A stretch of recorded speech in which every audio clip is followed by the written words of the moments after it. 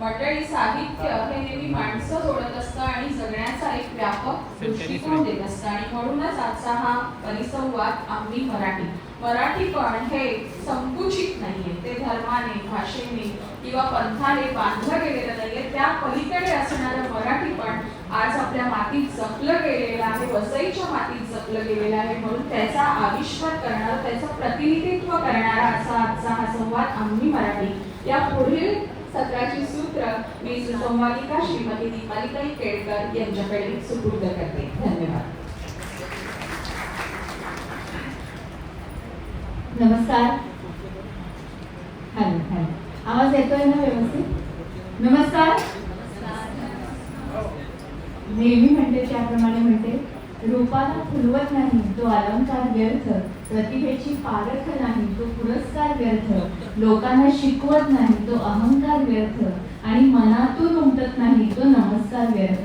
त्यामुळे सर्व उपस्थितांना, सगळ्या रसिकांना, वसईकर रसिकांना अगदी मनापासून, अंतःकरणापासून नमस्कार करते.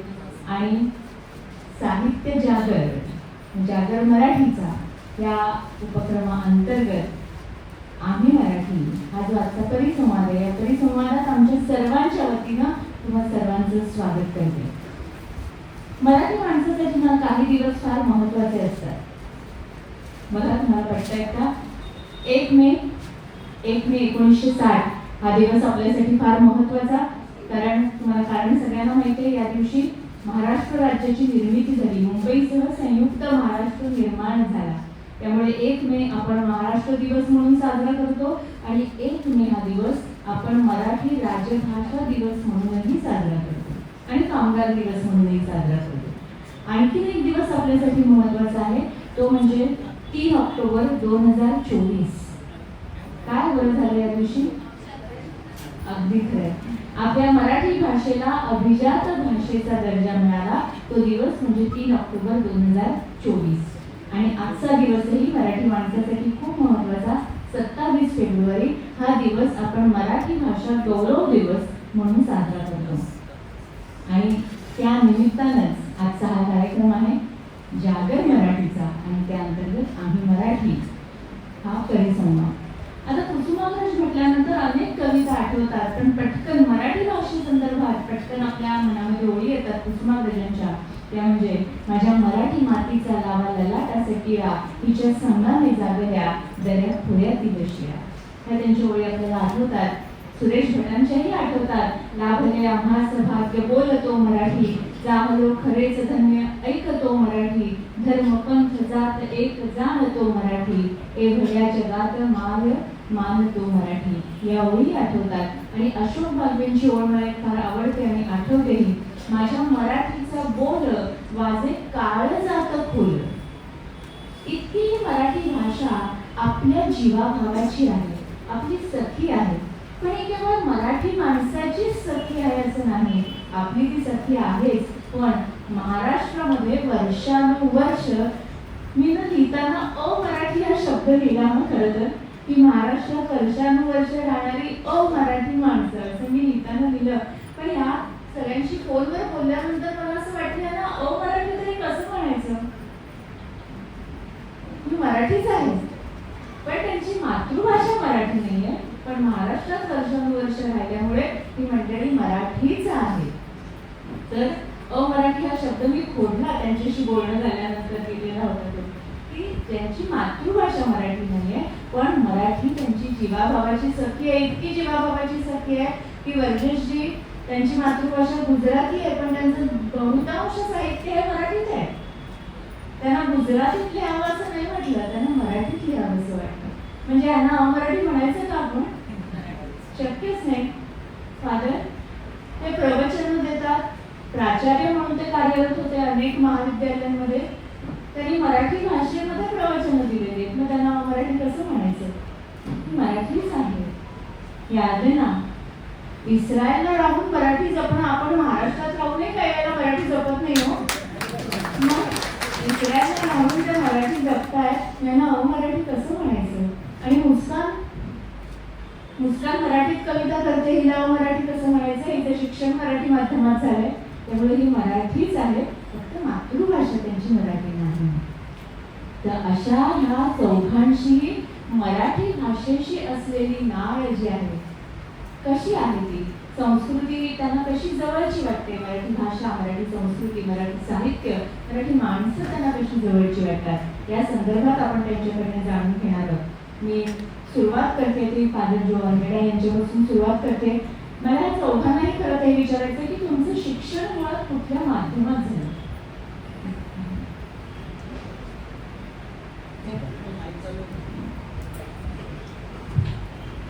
माझं संपूर्ण शिक्षण म्हणजे पहिली ते MA इन एज्युकेशन, MA वगैरे सगळं मराठीत झालं.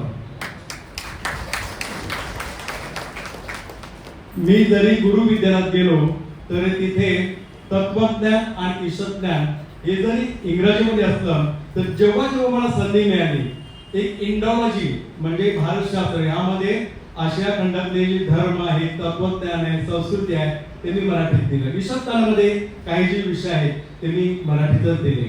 आणि जे काही मी लिखाण केलं, कविता, लेख किंवा पथनाट्य किंवा इतर काही, सगळं मराठीत केलं. आणि मराठीत केल्याचा मला फार फार अभिमान आहे.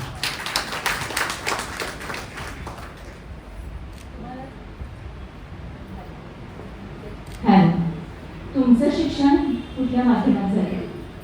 माझे शिक्षण, प्रथम मी सर्वांची माफी मागते. माझी मराठी चांगली आहे, पण जे आता इथे सगळे बोलले तेवढी चांगली नाही आहे, तर माफी मागते आधी. मी इंडियामध्ये भारतात जन्मले. 3री पर्यंत तिथे सर एली कलोनी शाळेत माझगावला शिकले आणि त्यानंतर आमच्या आई बाबांसोबत आम्ही सर्व कुटुंब, माझे भावंड आणि आम्ही इस्रायलला शिफ्ट झालो 1970 मध्ये. तेव्हा मी 10 वर्षाची होते आणि 3री पर्यंत शिकल्यानंतर तिथे जाऊन माझ्या बाबांनी आमची म्हणजे मराठी जी भाषा आहे ती कायम ठेवण्यासाठी आम्हाला इंडियावरून पुस्तकं मागवले तिथे आणि ती वाचायला आम्हाला खूप म्हणजे आग्रह करायचे. आम्ही वाचायचो आणि आमच्या मित्रांना पत्र लिहा, म्हणजे लिहिणं वाचणं ते कायम राहील म्हणून. त्यामुळे माझी मराठी म्हणजे मी शिकले आणि कायम आहे अजूनपर्यंत. माझे मिस्टर सुद्धा इंडियनच आहेत, मराठीच आहेत. आम्ही घरात हिब्रू भाषा बोलतो, काही मराठी भाषा बोलतो. मुलांसोबत जास्त मराठी होत नाही, त्यांना कळतं मला मराठी, पण हिब्रूमध्येच जास्त बोलणं होतं. म्हणजे पालकांचा सहभाग महत्वाचा आहे याच्यामध्ये, की वडिलांनी तुम्हाला त्याची गोडी लावली. हो, हे फार महत्वाचं आहे. म्हणजे आपल्या मराठी माणसासाठी सुद्धा हे महत्वाचं आहे की आपल्यावर ही जबाबदारी आहे की आपल्या पुढच्या पिढीला जरी ती इंग्रजी माध्यमात जात असली तरी मराठीची गोडी लावणं हे आपल्या हातात आहे. मुस्कान, तुझं शिक्षण कुठल्या माध्यमात झालं? ॲक्च्युली माझं संपूर्ण शिक्षण हे मराठी मीडियममधूनच झालेलं आहे. 1ली पासून ते 12वी पर्यंत मराठी मीडियममधून, आणि नंतर जेव्हा मी BA मध्ये ॲडमिशन घेतलं तेव्हा पण मी म्हणजे मराठी मीडियमच चूज केलं. पण आपण मराठी माध्यमात शिकलो याची कधी पश्चात्ताप किंवा खंत वाटते का की इंग्रजी माध्यमात जायला होतं, हिंदी माध्यमात जायला हवं होतं? नाही, कधीच नाही वाटलं. खंत वाटली हे किती महत्वाचं आहे. ॲक्च्युली माझे भाऊ इंग्लिश मीडियममध्ये होते, बाबांनी त्यांना इंग्लिश मीडियममधून काढून त्यांना मराठी मीडियममध्ये टाकलं.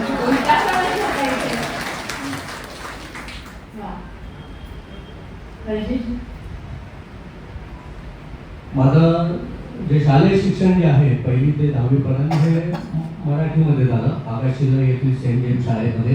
त्यानंतर मी 2 वर्ष मी कॉमर्स बाप्टिस्टाला होतो आणि सगळे घेतात म्हणून मी पण कॉमर्स घेतलं. कारण की आम्ही गुजराती ना, बनिया लोक. तर म्हटलं नोकरी जर तुला पाहिजे असेल तर म्हटलं तू कॉमर्स घे, आर्ट्सच्या नादी लागू नको. त्याच्यानंतर 2 वर्षानंतर मी पुन्हा वर्तक कॉलेजला आलो. पण माझी एकंदर जगण्याची, विचार करण्याची, चिंतन मनन ही जी काही ही माझी प्रक्रिया जी होती आणि माझा जो काय हा भोवताल जो आहे, माझ्या भोवतालचा हा भोवताल, ही मराठी माझ्या भोवती अशी गरगर फिरत होती. आणि त्या चक्रव्यूहात म्हणजे तो चक्रव्यूह आहे, भाषेचा चक्रव्यूह, आणि त्यामध्ये मी असा गडगड फिरत होतो. मराठी ही एकंदर माझी जगण्याची सगळी ही प्रक्रिया होती. म्हणजे मी जेव्हा वर्धा कॉलेजला होतो आणि मी जेव्हा 13वीला मी गेलो तेव्हा मला असं समजलं की मी कॉमर्सचा स्टुडंट नाही आहे आणि मी आर्ट्सचा स्टुडंट आहे. म्हणजे सगळे कृष्णच मला वाचत होते. तर मी दिलीप चित्रे, भालचंद्र नेमाडे आणि अशा कथा कादंबऱ्या मी तेव्हा वाचत होतो. आणि मला असं काय वाटत होतं की हे कॉमर्स काय माझी लाईन नाही आहे, अकाउंट्स ही काय माझी लाईन नाही आहे. माझी लाईन ही वेगळी आहे. माझी लाईन आर्ट्स, लिटरेचर याच्यामध्ये मी रमत होतो. म्हणजे शाळेला सुद्धा असताना मराठी हा विषय आणि त्यातले कवी आणि लेखक हे माझं नेहमी लक्ष वेधून घ्यायचे. आणि त्यातल्या जे कविता आहेत म्हणजे नादो महानोड असेल, केशवसूत असेल, भारत तांबे असतील, असे वेगवेगळ्या प्रकारचे मंगेश पाडवकर, विंदा करंदीकर, सुरेश भट अशा वेगवेगळ्या प्रकारची जी कविता आणि ज्या कथा कादंबऱ्या लेख असतील त्याने माझं लक्ष वेधून घ्यायचे. आणि एकंदर मला हा सगळा जो काही प्रवास जो आहे म्हणजे माझी पहिली भाषा जरी गुजराती जरी असली तरी माझी सगळी जी काही लेखन प्रक्रिया जी आहे ती सगळी मराठीतूनच आहे.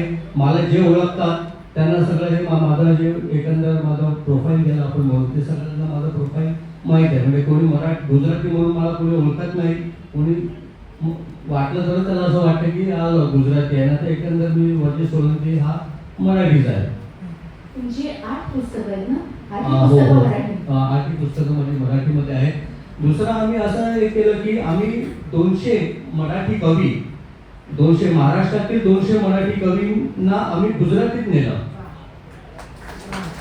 तर असं हे करताना मी असं ठरवलं नाही की हा कवी अशुद्ध आहे किंवा हा कवी जरा थोडा कमी प्रतीचा आहे. असं न करता आपण सगळ्या कवींना म्हणजे सर्वसमावेशक अशी भूमिका घेऊन म्हणजे 1990 नंतर जे कवी लिहितात त्या सगळ्यांना मी घ्यायचा प्रयत्न केला. त्यातले काही गोवामधले पण होते म्हणजे भर महाराष्ट्रातले पण कवी होते. पण मी माझा असं एक होतं की आपण एक 200चा टप्पा पार करू आणि काहीतरी एक आपण असं चॅलेंजिंग काम करू की जेणेकरून आपली मराठी कविता इतर भाषेत जाईल. आणि मराठी आणि गुजराती म्हणजे हे दोन्ही म्हणजे काय म्हणतात त्याला आपण बहिणी बहिणीच आहेत. आणि हा असा एक आपण प्रयोग करून पाहिला आपण. हे केवढं मोठं कार्य आहे. पण मराठी कविता गुजरातीपर्यंत नेणं हेच केवढं मोठं काम तुम्ही केलेलं आहे. पण अशी भाषेच्या गमती होतात ना कधी. म्हणजे गंमत म्हणून सांगते बरं का, वाचलेलंच आहे. ग्रामीण भाग महाराष्ट्रातला एक खेडं, त्या खेड्यामध्ये एक स्त्री पाणवठ्यावर जाते, कपडे धुवायला म्हणून जाते. आणि तिथे तुम्ही म्हणालात तसे गुजराती बनियाच तिथे असतात गृहस्थ त्या पाणवठ्यावर कपडे धुत असतात. तर ती जी महिला आहे ग्रामीण महिला ती त्या गुजराती गृहस्थाला सांगते की मला जरा 2 कळशा पाणी देता का. ते गुजराती गृहस्थ म्हणतात हूँ नवरो नथी, हूँ नवरो नथी. हा तर तिला राग येतो. तिला वाटतं की मी काय तू नवरा नाही असं म्हणतोय. म्हणून ती जाते घरी जाते आणि नवऱ्याला सांगते की असं तो माणूस म्हणतोय हूँ नवरो नथी. तो पण अगदी बाहेर सरसावून भांडायला येतो की काय तू माझ्या बायकोला असं म्हणतोस हूँ नवरो नथी. तर मग त्यांची बातचीत वाचावाची होते आणि त्या वाचावाचीमध्ये त्या मराठी माणसाला कळतं की ह्या माणसाला सांगायचं मी काही रिकामा नाही आहे. अशी गंमत म्हणजे माझी आजी जी होती ती मला एक सांगायची की वाटर करता करता जीवडा गया. म्हणजे परदेशातून एक माणूस आला होता आपल्या गावामध्ये आणि तो परदेशी भाषा सगळ्यांशी बोलायचा. तर रात्री तो उठला पाण्यासाठी आणि तो वॉटर करत होता. तर कोणाला काय समजलं नाही की वॉटर म्हणजे काय. तर ते वॉटर म्हणजे आपण आपली भाषा न बोलता आपण जी बाहेरची इम्पोर्टेड भाषा जी आहे ती आपण बोलण्याचा नेहमी प्रयत्न करतो. म्हणजे वॉटर करता करता जीवडा घ्या म्हणजे तो मेला. लोकांना समजलं नाही की याला पाणी पाहिजे म्हणून. तर ही अशी एक गंमत आहे. म्हणजे माझी आजी जी आहे तिच्याकडे बरेच असे शब्दांचे हे होते. म्हणजे ती म्हणायची की आम्ही शिंपी समाजातले, तर ती म्हणायची की दर्जी ढोलो गाणं बोलो. म्हणजे समजलं असेल तुम्हाला. तर अशा काही खूप काही गोष्टी असतात की ज्या आपल्याला आपल्या परंपरागत पूर्वजांपासून या सगळ्या गोष्टी आपल्याला मिळाल्या असतात. भाषेचं एक धन असतं आणि ते आपण जपायचं असतं. भाषा हीच आपली ॲसेट आहे, आपली संपत्ती आहे आपली भाषा. आणि मराठी मध्ये तर एवढं शब्द भांडार आहे आणि एवढे शब्दाचे वेगवेगळे विभ्रम आहेत. आणि ते करताना म्हणजे जेव्हा मी कविता जेव्हा असं लिहायला लागलो करायला लागलो तर एके ठिकाणी मला अशी एक कविता सुचली की जफर व मी, या भाषेत ह्या कवितेचा माझा हिब्रू भाषेत सुद्धा अनुवाद झाला. जेव्हा मी इंटरनॅशनल पोएट्री फेस्टिवलमध्ये ही मी कविता जेव्हा मी वाचली तेव्हा मला एक पॅलेस्टिनी कवयित्री होती, ती म्हणाली, वर्जेश we are sailing in same boat. तुम्ही जे जफर व मी म्हणजे ते हिंदू आणि मुसलमान यावरती कविता आहे, तिकडे पण पॅलेस्टाईन आणि त्याचा जो एक इस्रायल हा एक लढा आहे तिकडे. तर कविता ती अशी एक थोडीशी सांगतो तुम्हाला मी. जफरच्या घरी रमजानचं शरबत प्यालो व त्याच्या निकाहाला शाही बिर्याणी. त्याची आई माझ्याच आईसारखी, त्याची आई माझ्याच आईसारखी घरासाठी खपताना चेहऱ्यावरचे छिलके निघालेली. त्याच्या घरातल्या भिंती माझ्याच घरातल्या भिंताडासारख्या कुठे कुठे पोपडे निघालेल्या. आता या कवितेत गुजराती पण आहे, मराठी पण आहे, पोपडे, छिलके असे हे वेगवेगळे शब्द आहेत. तर आपण काय करतो की जशी शेणाबरोबर जशी माती चिकटते तसं आपलं असतं. म्हणजे आपण जे आहे, जे आपण अनुभवलेलं आहे आणि जी आपली भाषा आहे, म्हणजे माझी गुजराती भाषा आहे, तर मी या भाषेचा कुठेतरी मी उपयोग सुद्धा करतो म्हणजे माझ्या कवितेमधून. तर असं बऱ्याच काही सूक्ष्म अशा गोष्टी होत असतात. मला तर वाटतं की एकंदर जे आपण लिहिण्याची जी काही प्रक्रिया आहे, कोणी चित्रकार जरी असेल किंवा कोणी आणखी पण काय कला निर्मिती करत असेल तर त्याला त्याची जी संस्कृती जी आहे ती तो सर्वेसर कुठेतरी करत असतो आपल्या बरोबर. आणि असं वाटतं की गुजराती संस्कृती जी आहे ती पण तुमच्यामध्ये आहेच, अर्थातच ती तुमची मातृभाषा आहे आणि मराठी याचा छान मिलाप तुमच्या साहित्यामध्ये होत असणार. आणि जसं अश्विनीने सुरुवातीला सांगितलं की व्यापकता आहे, हे विश्वची माझे घर हे जेव्हा ज्ञानेश्वर माऊली म्हणतात किंवा विश्वासाठी जेव्हा ते प्रार्थना करतात, आता विश्वात नको देवे, तेव्हा सगळ्या भाषा, सगळ्या संस्कृती त्याचा मिलाप भाषेमध्ये होणं हे गरजेचं आहे. मी पुन्हा एकदा फादर जोरगडे यांच्याकडे येते. तुम्ही सुद्धा लेखक आहात, कवी पण आहात, तर तुमची लेखन प्रक्रिया, काव्य करण्याची प्रक्रिया ही मराठीतूनच होते आणि कशी आहे? किंवा तुम्ही एखाद्या 4 ओळी तुमच्या कवितेतल्या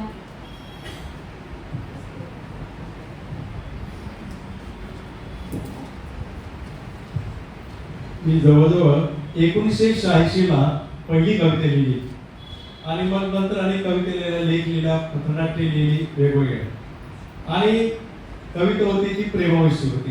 प्रिया आता मी कुणाचा, गेलो होतो रानात, विचार होते मनात, चांदणे होते गगनात, प्रिया आली होती अंगणात.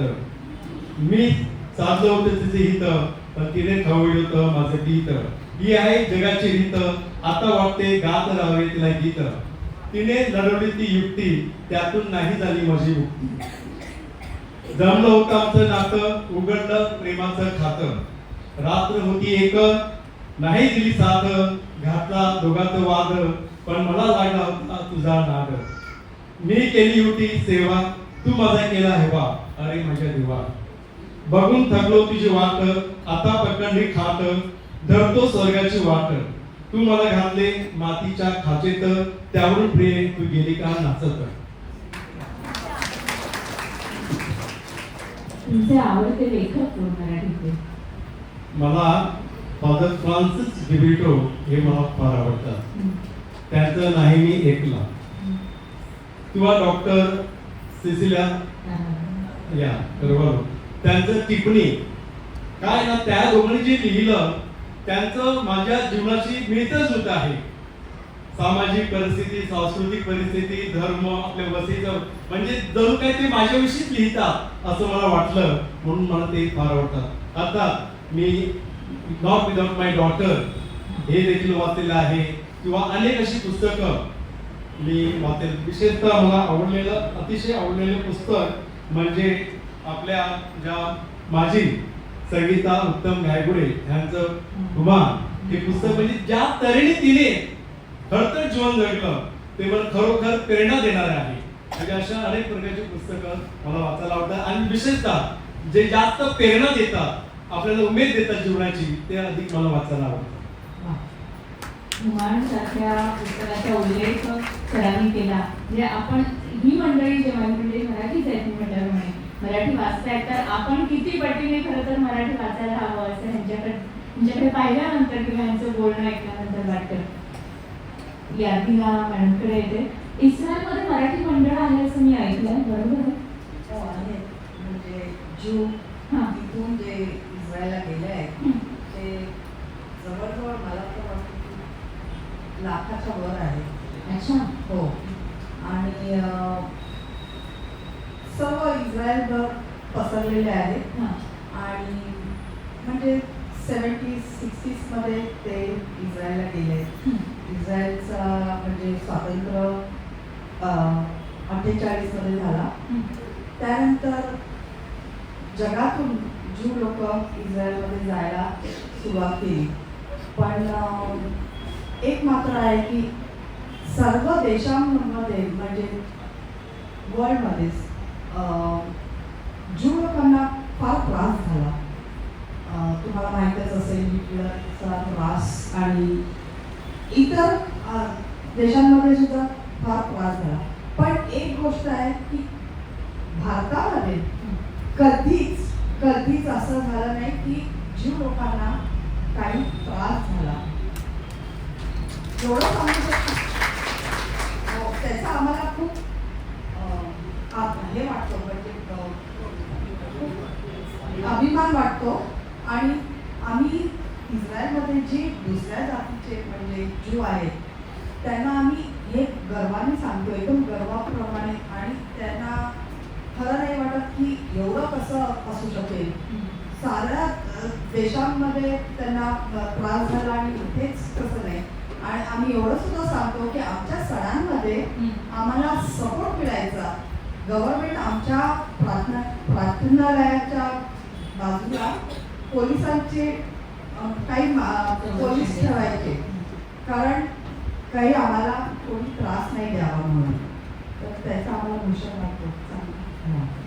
आणि मी म्हटल्यामुळे इस्रायलमध्ये मराठी मंडळ आहे, पण मग तिथे मराठी संस्कृती कशी जपली जाते किंवा तुम्ही वैयक्तिकरित्या घरामध्ये कशी जपता, काय करता? माझे आई बाबा यांना गाण्याचं आणि वाजवण्याचं म्हणजे इन्स्ट्रुमेंट्स वाजवण्याचा खूप आवड होता. माझे बाबा क्लासिकल, गझल सर्व ऐकायचे आणि ते ऐकत ऐकत आम्ही वाढलो. असेच आणि बाकीचे जे ज्यू आहेत इंडियन त्यांना म्हणजे आम्ही प्रोग्राम्स करतो. मी जेव्हा लग्नाच्या आधी माझे भावंड, माझा मोठा भाऊ हार्मोनियम वाजवतो, दुसरा भाऊ आहे तो गिटार आणि मँडोलिन वाजवतो, मी गाणी गायची. आणि आम्ही त्या वेळेला टी व्हीवर काही चॅनल असे नसतं आणि चित्रपट सुद्धा यायचे नाही. तर मग आम्ही प्रोग्राम करायचो. आमचे मित्र मैत्रिणी आम्ही प्रॅक्टिस करून करून आम्ही प्रोग्राम करायचो. आणि असेच लोक यायचे आणि दोन मुली मराठी गाण्याच्या नाही घरात आमच्या घरात बहुतेक करून म्हणजे क्लासिकल गझल वगैरे ऐकायचो आम्ही, हिंदी गाणी. आज सुद्धा आम्ही म्हणजे घरी माझ्या घरी सकाळ झाली की माझा नवरा तो यूट्यूबवर किंवा काही असो हिंदी गाणी, ती पण जुनी गाणी ऐकायलाच पाहिजेत आम्हाला. तसा तो दिवस आमचा सुरू होतो. मराठी खाद्यपदार्थ सगळ्यांनाच विचारायचं मला, मराठी खाद्य संस्कृतीतलं तुम्हाला काय आवडतं? फेमस वडापाव खूप आवडतं. आणायला लागेल पुरणपोळी तर आहेच. पुरणपोळीशिवाय तर काय आपला मराठी पाऊल पुढे जातच नाही. पण आपलं पिठलं भाकरी आहे, ठेचा आहे, अशा खूप साऱ्या म्हणजे मराठी आपली मिसळ आहे, मराठी मिसळ. आणि आपण कोल्हापूर साईडला गेलो तर तिकडे पांढरा रस्सा आणि अशा सगळ्या तोंडाला पाणी आणणाऱ्या सगळ्या खूप काही गोष्टी आहेत. तर असे आवडते पदार्थ आपल्याकडे आहेत, चांगले सगळे पदार्थ मराठीमध्ये. मराठी ज्याला आपण टच म्हणू. वेगवेगळ्या ठिकाणी तुम्ही गेलात पूर्ण महाराष्ट्रामध्ये तर तुम्हाला वेगवेगळ्या प्रकारचे वडापाव असेल, जिलेबी असेल किंवा आणखी काय काय पदार्थ तर तिकडे तुम्हाला ते मिळतात. म्हणजे आपण साहित्य संमेलनाला पण समजा आपण गेलो तर तिकडे पुस्तकाची दुकानं कमी असतात मुळे साहेब, पण अशी खाद्यपदार्थाची दुकानं खूप असतात आणि तिकडे गर्दी पण खूप असते. कधी कधी असं वाटतं की साहित्य संमेलनाला आपण गेलं जाण्यापेक्षा असं काहीतरी स्टॉल बिल लावला तर सगळे पैसे वसूल होतील आपले. तर अशा काही आहेत गोष्टी आणि चांगले चांगले सगळे पदार्थ आहेत. दुल्हन वही पिया मन भाई असे वेगवेगळे खाद्यपदार्थ आहेत आपल्याकडे. पुरणपोळीवरून एक आठवलं, आता पुढच्या आठवड्यात इथे होळी साजरा होते. होळीमध्ये आपण पुरणपोळ्या खातो आणि इस्रायलमध्ये त्याच दिवशी पुरीम हा आमचा सण आहे. त्या सणात आम्ही फॅन्सी ड्रेस वगैरे घालतो, प्रार्थनालयात जातो, प्रार्थना करतो आणि खूप मजा करतो. त्या दिवशी इवन दारू सुद्धा प्यायला अलाउड आहे. हो, आणि पुरणपोळ्या पुरीच्या दिवशी आम्ही करतो. म्हणजे हे एक आपलं आहे. हो, तर ते खास मला आता सांगायचं आठवलं. मोदक त्यांना मिस्टरांना मोदक आणि पुरणपोळ्या फार आवडतात असं ते सांगतात. आणि फादर तुम्हाला नेमकं मराठी संस्कृतीत आणि खाद्यपदार्थ काय आवडतं? पहिलं म्हणजे वडापाव. मी ऑस्ट्रेलियाला गेलो होते, ते भारतीय भोजनाला जाऊन पहिला वडापाव खाल्ला आणि वडापाव तुम्ही नाही बोलू शकत नाही. पोट भरला तर वडापाव खाऊ शकतो, इतर काही खाऊ शकत नाही. म्हणजे वडापाव आणि करंजा, त्यानंतर चकल्या, म्हणजे या सगळ्या जे महाराष्ट्रीयन गोष्टी आहेत त्या सगळ्या आवडतात. नाही म्हणजे काहीच नाही, सगळं आवडतं. आपले अस्सल दिवाळीत आता फक्त दिवाळी पुरते नाही, आपण 12 महिन्याचे पदार्थ खातो. करंजा, चकली याचा उल्लेख त्यांनी आवर्जून केला. पुन्हा एकदा मुस्कानकडे येते. मुस्काननी सुद्धा कविता मराठीमध्ये कविता केली ना, सादर कशी? ऍक्च्युली एक कविता मी आधी लिहिली होती, ते मी वर्धा कॉलेजमध्ये सादर पण केलेलं होतं. ते मी आता तुम्हाला वाचून दाखवते. कवितेचं शीर्षक आहे ते काय म्हणते.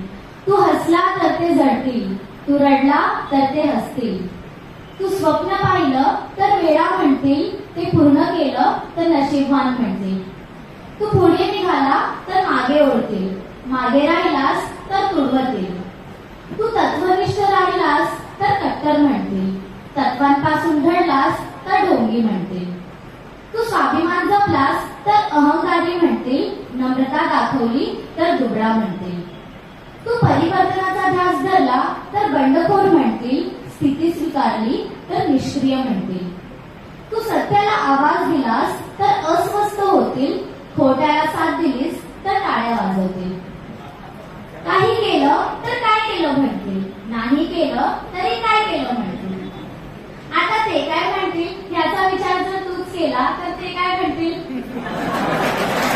म्हणून तू जग, तुला हवं तसं मित्रा, जगाचं काय ते काहीही म्हणतील, म्हणून तू जग, तुला हवं तसं मित्रा, जगाचं काय ते काहीही म्हणतील.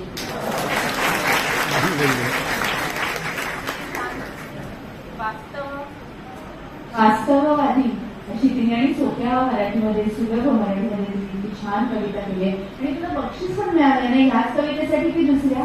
त्याच कवितेसाठी. ते काय म्हणतील याच कवितेसाठी ना, तिला बक्षीस हे या कवितेसाठी मिळालंय. साहित्य जल्लोषतर्फे झाली होती का स्पर्धा? त्या स्पर्धेत तिला बक्षीस मिळालं. अशाच कविता लिहित राहा, तुझी लेखणी अशीच भरत राहो, अशा शुभेच्छा आमच्या सगळ्यांच्या वतीनं देते. आणि चौघांनाही मला असं विचारायचं आहे, असं कधी होतं का गरजेची की तुम्ही गुजराती आहात, मग लोक, मराठीच लोक तुमच्याशी हिंदीत बोलायला येतात, तुझ्या मैत्रिणीला माहिती आहे तू मराठी माध्यमात शिकलीस तरी मराठीच लोक तुझ्याशी हिंदीत बोलायला येतात, लोकांना माहिती आहे तुम्ही मराठी बोलता तरी मराठीच लोक तुमच्याशी हिंदीत बोलतात, असं होतं का? होतं. मग काय करतात? हिंदीत बोलता सगळ्यांना, फार स्वाभाविक आहे, अर्थात त्यात काही वेळ नाही. राजेशजी तुम्ही काय सांगा? असं बऱ्याचदा होतं की समोरचा माणूस आपल्याशी हिंदी बोलायला लागतो, तर मी त्याला सांगतो की बाबा तू हिंदीत न बोलता तू मराठीमध्ये बोल, मराठी भाषा मला चांगली समजते आणि तू माझ्या मध्ये बरोबर तू मराठीतच बोल, मराठीतच संवादात तुला जे काय विचारायचे प्रश्न जे काय दिले असतील तर तू मराठीत बोल. आणि मी पण सुद्धा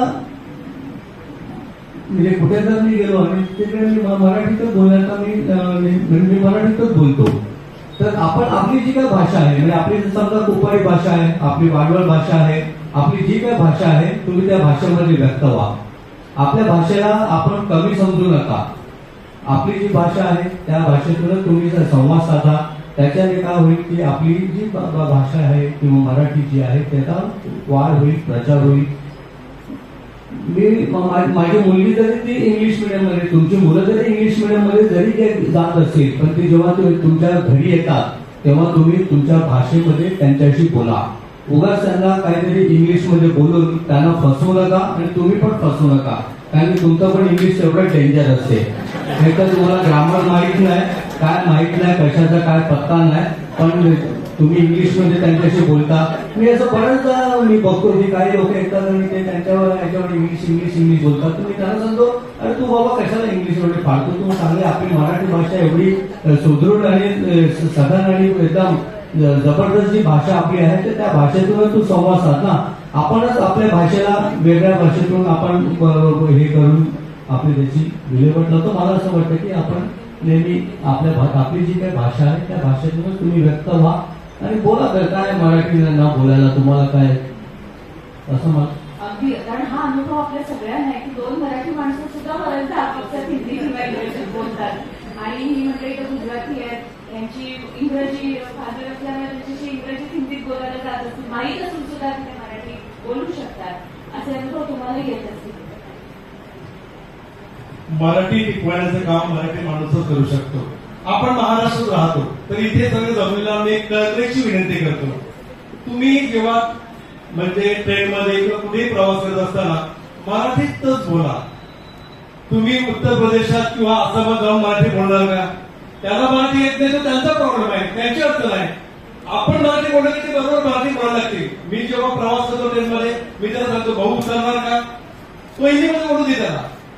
आपण मराठीत बोललं पाहिजे, कारण आपण मराठी बोलत नाही, मराठी टिकणार कशी? फक्त मराठी गौरव दिन साजरा करून मराठी टिकणार नाही. मराठी वाचवण्याचं काम मराठी माणूसच करू शकतो. आणि ही आपल्या आईची भाषा आहे. आईविषयी कधी लाज वाटते का? ती जन्म देते. या मराठीविषयी ज्याला लाज वाटते त्याची लाज मला वाटते. ह्या सगळ्या मंडळींनी आपल्याला सगळ्यांना डोळे आहेत, पण डोळसपणा या सगळ्या मंडळींनी आपल्याला दिलेला आहे. दृष्टी आपल्याला सगळ्यांना आहे, पण एक वेगळा दृष्टिकोन ह्या सगळ्या मंडळींनी दिलेला आहे की आपणच आपल्या भाषेवर प्रेम करायला हवं, आपल्याला आपल्या भाषेचा अभिमान वाटायला हवा. सकाळीच्या एका कार्यक्रमात जाऊन आले, तिकडच्या निवेदकाने असं म्हटलं, नुसता अभिमान नाही, गर्वच वाटायला हवा. आणि त्यांनी पुढे असंही म्हटलं, तो शब्द कदाचित तुम्हाला खटके, पण माज वाटला तरी सुद्धा हरकत नाही. तर अशी आपल्या इतकं प्रेम आपण आपल्या भाषेवर, आपल्या संस्कृतीवर करायला हवं असं मनापासून वाटतं. आणि या संवादाच्या समारोपाकडे वळताना पुन्हा एकदा आपण हिच्या कवितेने समारोप करूया असं मला वाटतं. त्या समारोपानंतर थोडंसं बोली, पण गरजेची फादर यादेना मॅडम, तुम्हाला काही तिघांना आणखी काही सांगायचं या निमित्ताने? आणखी काही सांगायचे गरजेची? आता म्हणजे हा अनोखा विषय घेतल्यामुळे मी आयोजकांचे खरं म्हणजे आभार मानतो आणि त्यांचे अभिनंदन करतो की आता एका वेगळ्या विषयाला त्यांनी आज हात घातलेला आहे. आज वसई जी आहे, वसईची एक ओळख आहे. म्हणजे वसईमधून तुम्ही जर कुठे महाराष्ट्रात जरी गेला तर त्याला आदराने त्याच्याकडे पाहिजे.